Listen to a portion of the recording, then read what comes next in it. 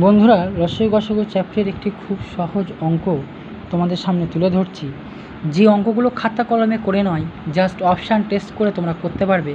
এবং এই অঙ্কটি এসেছিলো WBCS মেন পরীক্ষা 2017। এত সহজ অঙ্ক, অথচ তোমরা খাতা কলমে করতে গেলে খুব অসম্ভব। বলছে দুটি সংখ্যার গসাগু 12 এবং সংখ্যা দুটির পার্থক্য 12। কী বলছে? গসাগুও 12 এবং সংখ্যা দুটির পার্থক্য 12 হলে সংখ্যা দুটি কী হবে? তাহলে বন্ধুরা, এখানে অপশানগুলি টেস্ট করো।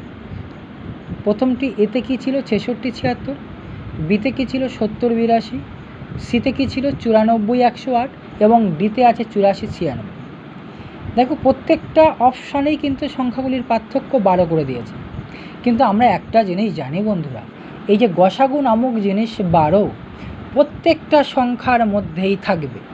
প্রত্যেকটা সংখ্যার মধ্যে থাকবে গসাগু কমন, অর্থাৎ এখানে একটা থাকলে আর একটা নেই, এখানে তো নাই, এখানেও একটা থাকলে আর একটা নেই। কিন্তু দেখো, এখানে দুটো সংখ্যার মধ্যেই কমন আছে 12। 7 12 84, 8 12 96। তাহলে বুঝতেই পারছে বন্ধুরা, দেখো ডিফারেন্স 12 এবং গসাগু দুটোর মধ্যেই আছে। তাহলে অ্যান্সার চোখ বন্ধ করে তুমি দিতে দেখাতে পারো। এটা কোনো খাতা কলমে করার অঙ্ক নয়, এটা অপশান দেখো, উত্তর মেরে দাও। জাস্ট আর কিছু ভাবার দরকার নেই, নিমেষে।